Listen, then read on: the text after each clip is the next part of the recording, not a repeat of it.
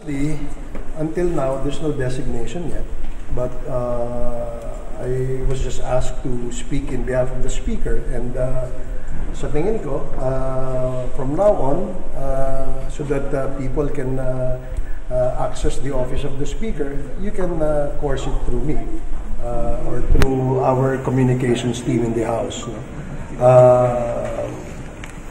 The issues of the day can be discussed by the office of the Speaker, again through me, in the event that the Speaker is not available. But of course, the Speaker would be more than willing to answer any questions from any of the friends in the media kapag ka nandiyan siya.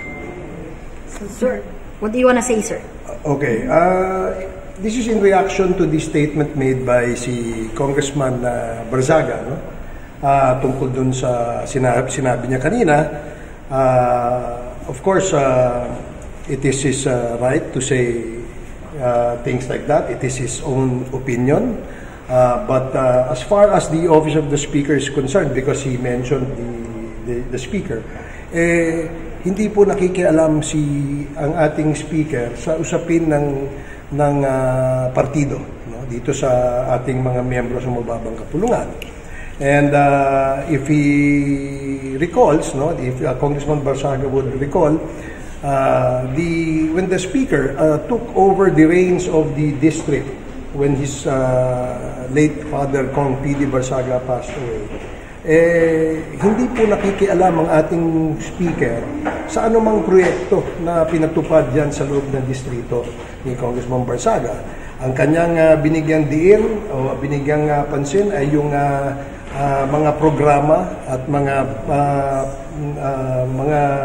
activities that have been extended to the constituents of the 2nd District of Cavite. Doon lang limitado ang engagement ng ating Speaker. So if Congressman Barzaga would like to seek an audience with the Speaker at any given time, the Speaker would be available to give him that time and discuss things or ask clarifications directly from the Speaker.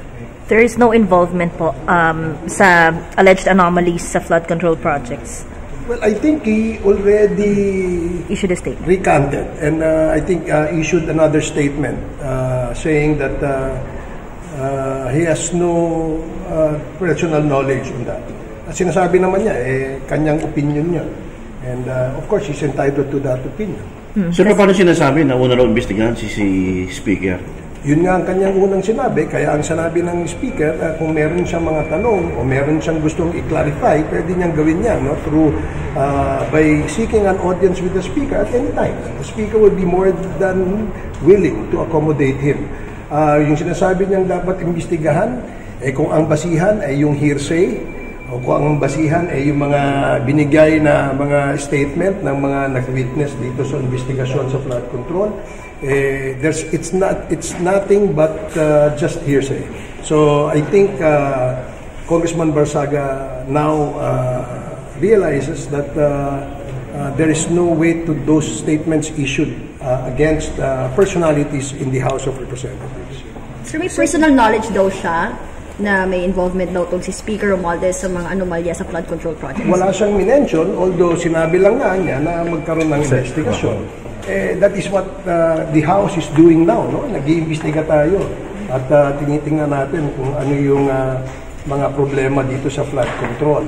At soon, when the committee wraps up its investigation, then we will provide a copy of the report sa lahat po ng ating mga kaibigan sa media.